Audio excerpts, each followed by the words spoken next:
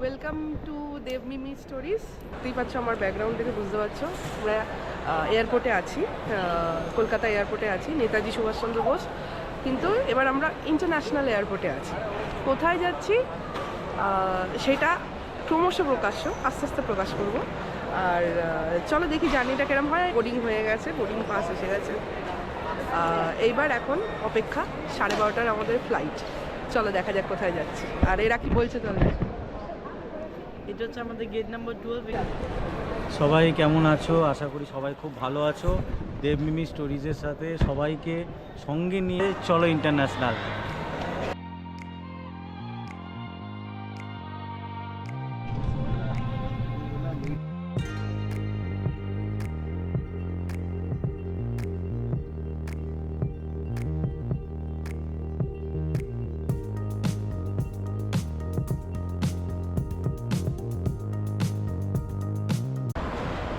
হ্যাঁ, আমার পেছনে তোমরা দেখে বুঝেই গেছো কি লেখা রয়েছে, ওয়েলকাম টু থাইল্যান্ড। তো আমরা ভাবলাম কলকাতা তো শীত পড়েছে, তো আমরা এই উইন্টার ভ্যাকেশনটা, জর্ডানের উইন্টার ভ্যাকেশনটা এবছর ইউনিকভাবে কাটাই। একটু আমরা তো খুব একটা উইন্টারে বেরোই না, আমরা পুজোর সময়টাই বেরোই, কিন্তু এবার আমরা উইন্টারে বেরোলাম। একদম অন্যরকম জায়গা, ইউনিক জায়গা। আমার তো আসা হয়নি, যারা যারা এসেছে তারা হয়তো বলতে পারবে যে কীরকম অভিজ্ঞতা ছিল। আমার ফার্স্ট টাইম, সুতরাং আমার চোখে যেভাবে আমি দেখবো ঠিক সেইভাবেই তোমাদেরকে দেখাবো। যারা আসেনি তারা তো অনেক কিছু জানবে, দেখবে। আর যারা এসেছো তারা আমাদের চোখে, দেবমিমি স্টোরিজের চোখে নতুন করে আবার থাইল্যান্ড দেখবে। যে জায়গাগুলো আমরা কভার করব, যে জায়গাগুলো আমরা প্ল্যান করে এসেছি, সেই জায়গাগুলো আমাদের সাথে তোমরাও এনজয় করবে।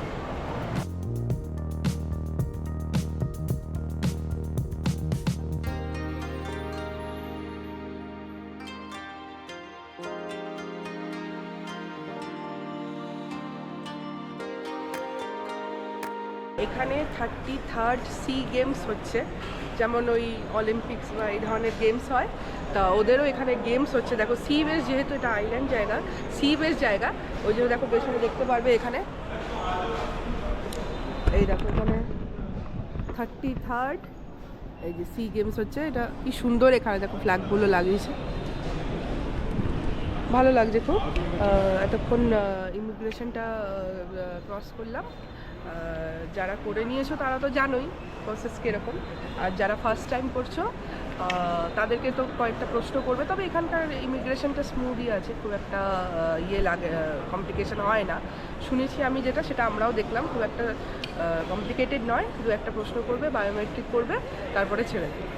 তা চলো দেখি আজকে সারাদিনটা কীভাবে কাটানো যায় ব্যাংকক সিটিতে। আমাদের কলকাতা থেকে এয়ার এশিয়ার ফ্লাইটটা ছিল 12:30টায়, যেটা ব্যাংককে ল্যান্ড করলো 4:30টার সময়। একদম ঠিকঠাক টাইমেই ল্যান্ড করেছে। সিটিটা দেখতে পাচ্ছ একদম ঝকঝকে শহর। এখানে কিন্তু হর্ন দেওয়া নেই, গাড়ির কিন্তু হংকিং নেই কোনো গাড়ির। আমাদের যেরকম ইন্ডিয়াতে হংকিং ছাড়া থাকাই যায় না, রাত্রি 12টা 1টা 2টো হোক, যখনই হোক কার হর্ন বাজছে। নয়েজ পলিউশনটা কিন্তু একদমই নেই, এয়ার পলিউশন নেই। আকাশটা সত্যি একদম অন্যরকম পরিষ্কার, কোনো রকম ফগ মিস্ট পলিউশনের ধোঁয়া, গাড়ির ধোঁয়া এসব কিছু নেই, একদম পরিষ্কার।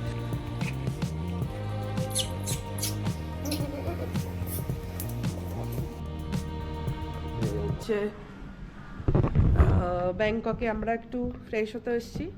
এটা হচ্ছে ব্যাংককের আমাদের ইকো হাউস। এটা একটা ইকো স্টে, হোটেল বলবো না, এটা একটা ইকো স্টে, খুব সুন্দর। দেখো এই জায়গাটা, এখানে এরকম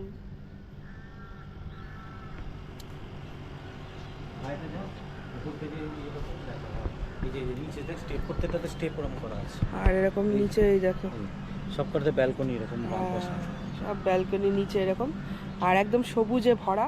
ভালো এই বাড়িগুলো দেখেছো, সেই আমরা ডোরেমন নোবিতায় দেখেছি না, একদম ওরকম। কি বলে, নোবিতার কথা মনে করিয়ে দিচ্ছে, জাপান আর নর্থ কোরিয়া। একদম একদম এই যে পুরো নোবিতার মতন বাড়িগুলো, পরিষ্কার পরিচ্ছন্ন। রুমটা দেখালাম না, এখানে দেখো এরকম দরমা করা।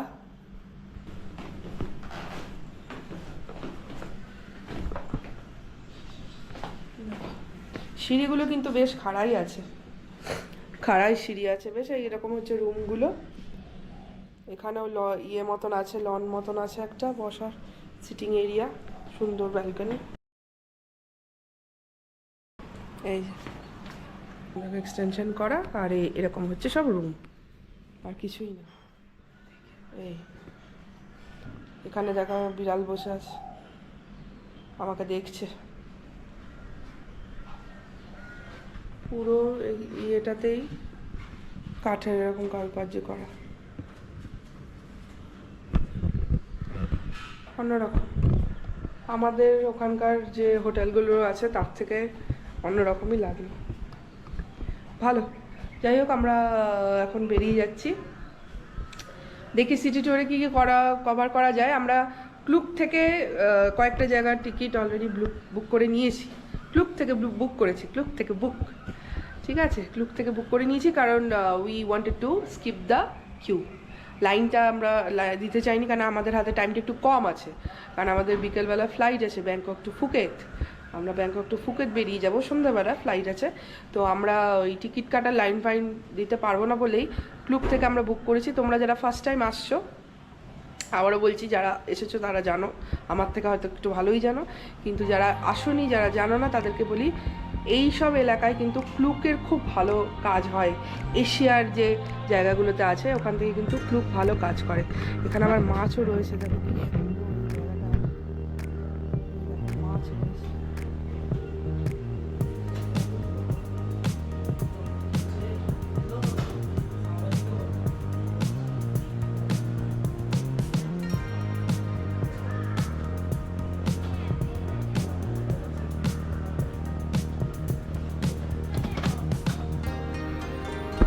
অনেক আগে স্যামসাংয়ে আমরা যেরকম ওয়ালপেপার দেখতাম না, কই ফিশ, কারা কারা জানো না, ঠিক ওরকম লাগলো আমার।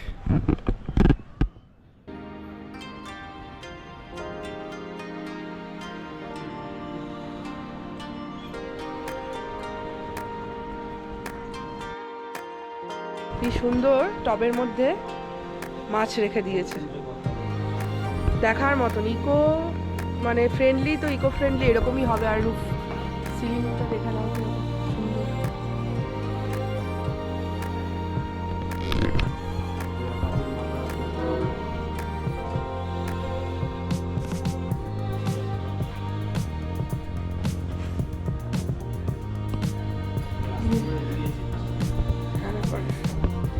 শোকেস মতন, কি সুন্দর সাজিয়েছে, দেখো দারুণ। ওপরটা একই রকম, প্রচুর গাছ দিয়ে।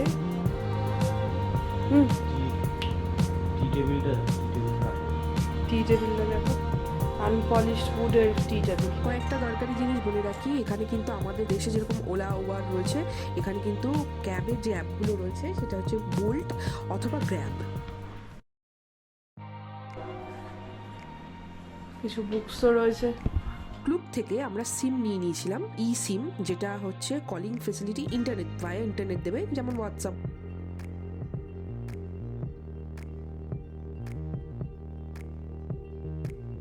সেই ড্রাগন, আমরা জানি যে ড্রাগন, লায়ন, ড্রাগন এইসব রয়েছে।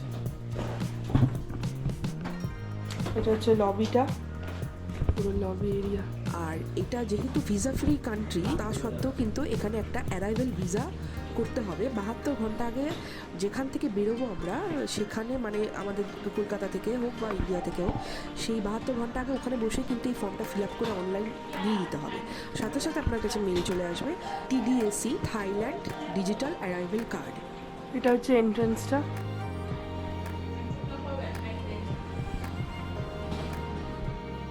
দেখো এইখানটাতে আমরা ছিলাম একদম উপরে টপ ফ্লোরে। সামনেটা দেখো। আমার ব্লগ দেখে কেউ যদি থাইল্যান্ড আসো, একটু ভেতরে হবে, কিন্তু আমি বলবো যে এই ইকো হাউস এই জায়গাটায় একবার এসো। কারেন্সি এক্সচেঞ্জ আমরা কিন্তু ইন্ডিয়া থেকেই করিয়ে নিয়ে এসেছি, কারণ এয়ারপোর্টে কিন্তু কারেন্সি এক্সচেঞ্জের রেটটা অনেক বেশি। তা এখানে একটা কথা খুব প্রচলিত আছে, ক্যাশ স্কিম। এখানে কিন্তু কার্ড বা অনলাইন পেমেন্টের অপশনস কিন্তু খুবই limited.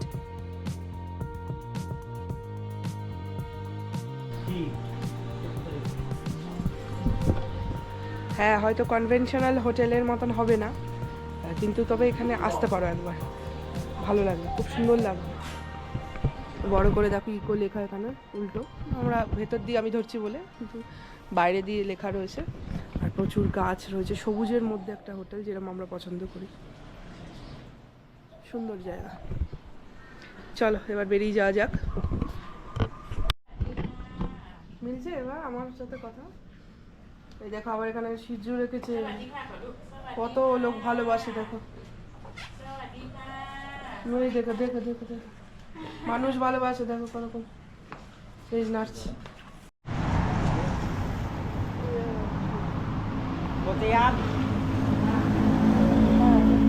Madam, without duck, can I?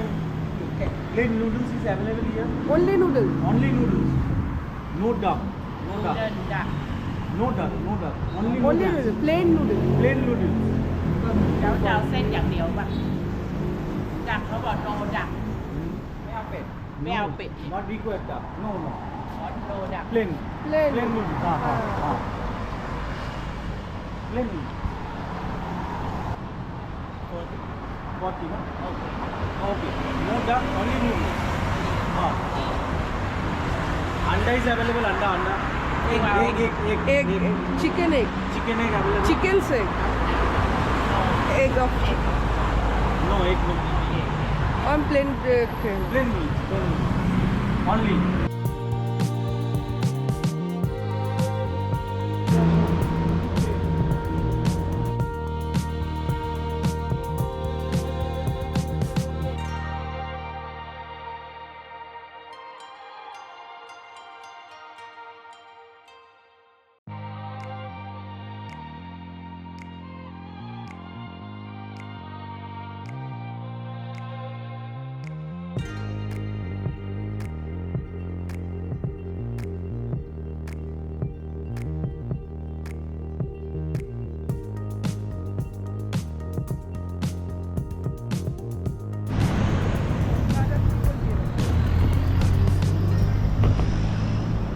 আমরা এখন থাইল্যান্ডে সকালবেলা এখন আমরা থাইল্যান্ডের রাস্তার ধার দিয়ে সবাই মিলে বেরিয়েছি একসাথে।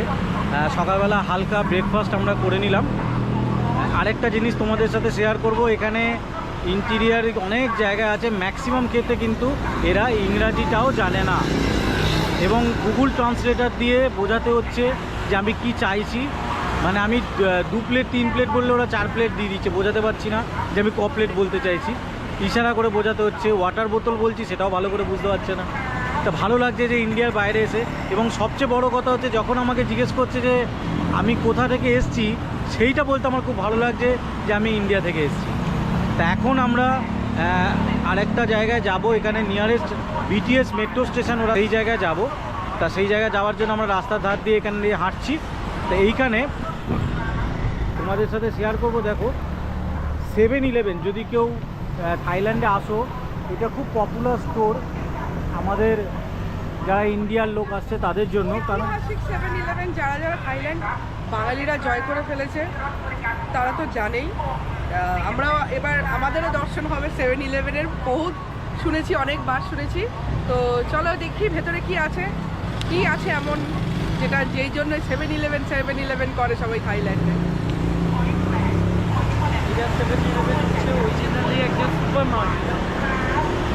এটা অ্যাকচুয়ালি একটা স্টোর যেখানে সব রকম জিনিস পাওয়া যায়। মানে আমাদের ইন্ডিয়া থেকে আসলে অনেক কিছুই তো আমরা এখানে পাই না, এটা নেই ওটা নেই, আমাদের মতো করে জিনিস কিছু পাওয়া যায় না।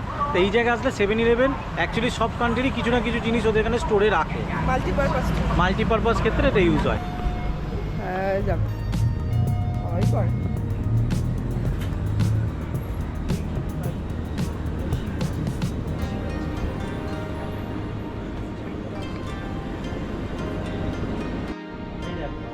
এইগুলো নেই, কাজু এইসব মিশানো, এটা দেখ।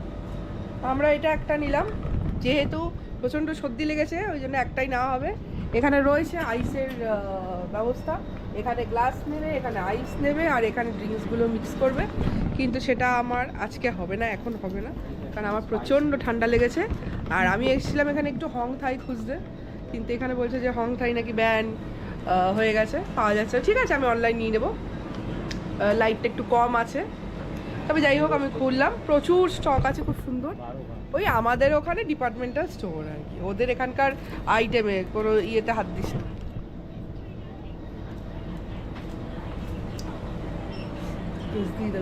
হাত দিস না। কি নিবি, কোনটা নিবি বল?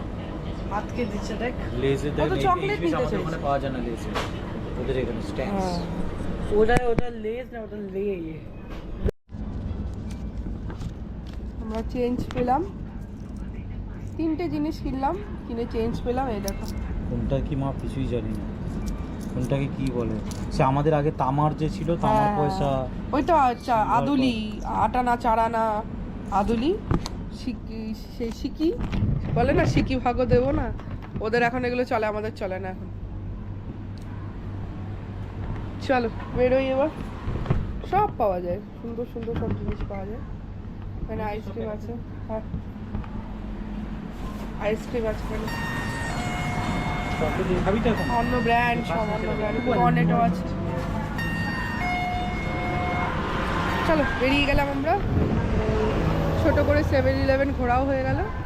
এত শুনি, যাই হোক ভালো লাগলো। বাইরের জায়গা, অন্য রকমের প্রোডাক্ট পাওয়া যায়, এটাই।